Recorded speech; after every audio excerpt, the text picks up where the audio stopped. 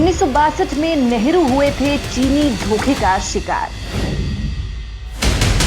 क्या 2020 में मोदी भी बन चुके चीनी फरेब के शिकार? क्या नेहरू की गलती से मोदी ने सबक सीखा? क्या कैलाश रेंज से पीछे हटकर मोदी ने कर दी बड़ी गलती?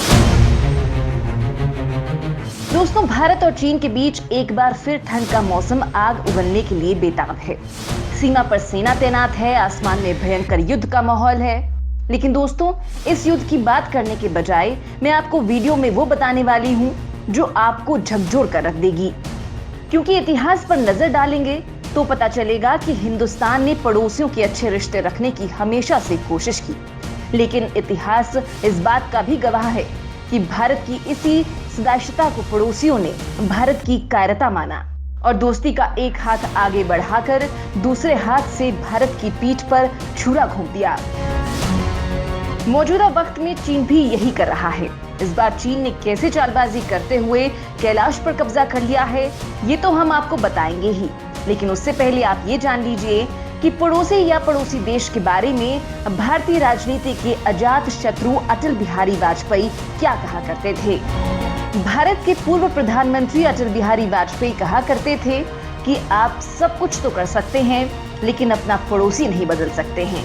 लिहाजा कोशिश होनी चाहिए कि अपने पड़ोसी से आपके रिश्ते अच्छे हों। लेकिन इसी कोशिश को हमारे दोनों बदमाश पड़ोसी पलीता लगा रहे हैं। डोकलाम विवाद इसी की नजीर है। लेकिन अफसोस की बात तो ये है कि जो सरकारें इसी मुद्दे पर नेहरू को ढीला बताकर कोसा करती थी, वही अब खुद भी कड़े कदम नहीं उठा पा रही हैं। तो आज मैं इस वीडियो में आपको दिखाऊंगी कि आखिर कैसे बदमाश पड़ोसी से निपटने में जो गलती भारत ने इतिहास में की थी, वही गलती क्या अब भी दोहराई जा रही है?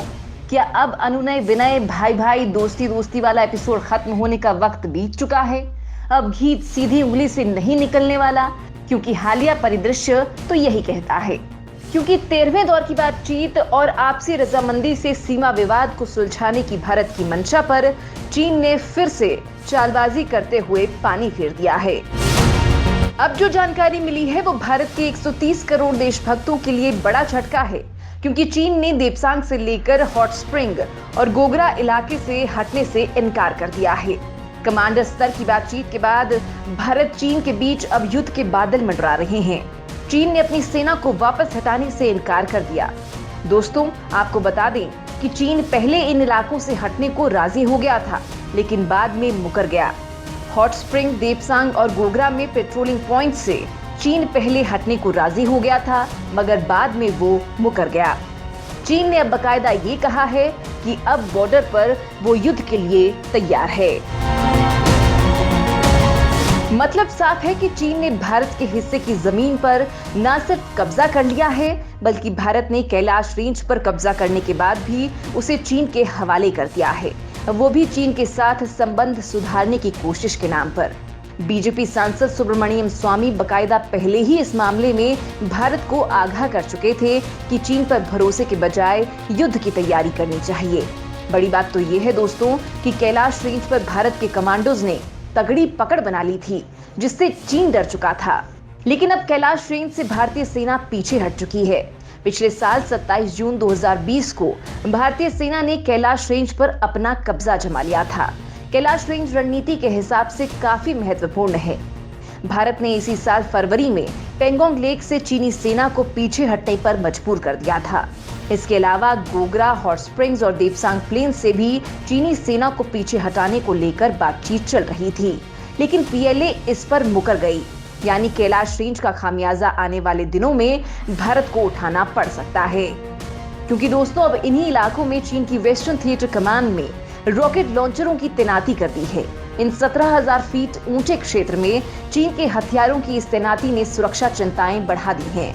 लेकिन ये सब चीन ने तब किया है जबकि भारत और चीन के बीच साल 1962 से लेकर साल 2021 तक हजारों वार्ताएं हो चुकी हैं, सैकड़ों झड़पें हो चुकी हैं और ना जाने कितनी ही बार भारत चीन के बीच विवाद की जड़ नेहरू की नीतियों को बताया जा चुका है। लेकिन मौजूदा सरकारों के रवैये में भी ऐसा कुछ नहीं दिखाई दिया कि जो ऐसा लगे कि उन्होंने इतिहास की गलतियों से कुछ सीख ली हो। क्योंकि चीन के साथ भारत का धोखे खाने का इतिहास बेहद लंबा है। तभी तो भारत के अरुणाचल, सिक्किम, लेह लद्दाख, कश्मीर और अक्साई चीन के एक बहुत बड़े भूभाग पर चीन का कब्जा है।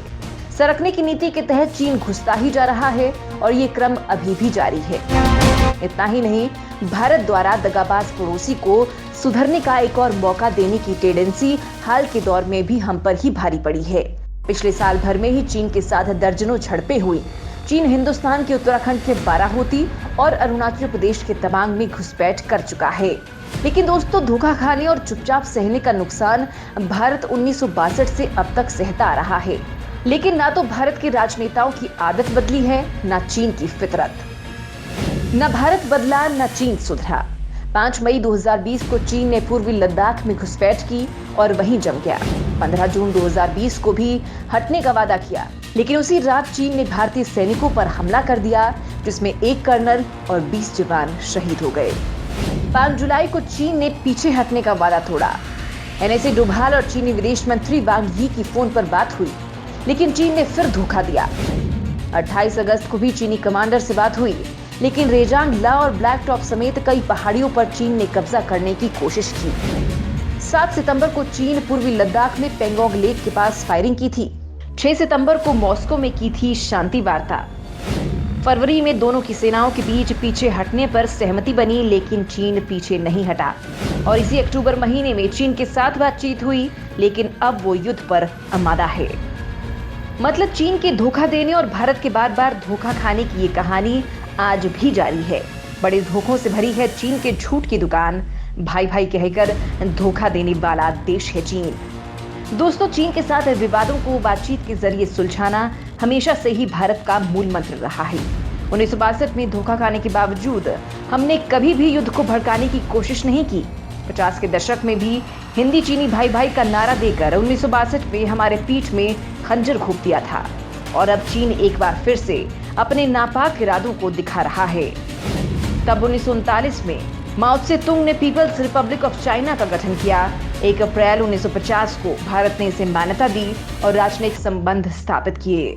1954 में जब नेहरू चीन के दौरे पर गए थे तो उनका जोरदार स्वागत हुआ था। तब चीन ने हिंदी चीनी भाई भाई का नारा भी दिया था। लेकिन तब ना तो नेहरू ने सोचा था कि चीन भारत से दोस्ती की बात करके धोखा देने की तैयारी कर रहा है। 1950 में चीन ने तिब्बत पर हमला शुरू कर दिया और उसे अपने नियंत्रण में ले लिया। तिब्बत पर चीनी हमले ने पूरे इलाके की जियोपॉलिटिक्स को बदल दिया था। भारतीय इलाकों में भी अतिक्रमण की शुरुआत चीन ने 1950 के दशक के मध्य में शुरू की थी। 1957 में चीन ने अक्साई चीन के रास्ते पश्चिम में 179 किलोमीटर लंबी सड़क बनाई थी। सरहद पर दोनों देशों के सैनिक की पहली भिड़ंत 25 अगस्त 1959 में हुई थी। तब नेहरू जी चीन के इरादों को भांप नहीं पाए थे। दरअसल चीन ये सड़क इलाके पर कब्जे के लिए बना रहा था और 1962 में उसने अपना रंग दिखा भी दिया था। क्या नेहरू की गलती से मोदी ने सबक सीखा? पीएम मोदी हमेशा ही चीन के साथ विवाद का जनक नेहरू को ही मानते हैं। लेकिन सवाल ये है कि नेहरू की गलतियों से क्या मोदी जी ने कुछ सीखा? तो सच ये है कि उन्होंने भी वही गलती की। दरअसल मोदी सरकार के पास खुफिया सूचना थी कि चीन लद्दाख में बहुत कुछ कर रहा है और करने वाला है, लेकिन वो हाथ पर हाथ धरे बैठे रहे। ये सवाल तो सबसे अहम है कि चीनी सैनिक हमारे इलाके में घुस कैसे गए। मोदी ने प्रधानमंत्री बनते ही चीन को ऐसे पेश किया मानो सबसे बड़ा और भरोसेमंद दोस्त है। प्रधानमंत्री बनने के बाद से मोदी चीनी राष्ट्रपति शी जिनपिंग से 18 बार मिल चुके हैं। कभी मोदी ने जिनपिंग को झूला झुलाया तो कभी नारियल पानी पिलाया, लेकिन नतीजा क्या निकला वो दुनिया के सामने है। लेकिन मोदी सरकार ही नहीं बल्कि नेहरू के बाद हर सरकार ने चीन को समझने में गलती की। कभी किसी सरकार ने नहीं सोचा कि चीन से लगती सीमा वाले इलाकों पर नजर रखी जाए। सभी सरकारों ने उस इलाके को बंजर जमीन समझ छोड़ दिया। चीन को और क्या चाहिए था? 62 के बाद से चीन ने इस इलाकों में खुद को इतना मजबूत कर लिया कि भारत आज जहां सड़क बना रहा है, वहीं चीन ने सरहद के इलाकों पर अपने बेस तक बना रखे हैं।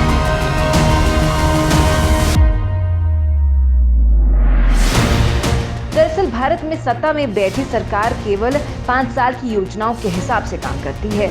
जबकि चीन भारत की तरह चुनाव को देखते हुए 5 साल को ध्यान में रखकर काम नहीं करता है। वो अगले 50 सालों की योजना और रणनीति पर काम करता है और उसे अंजाम तक पहुंचाता है।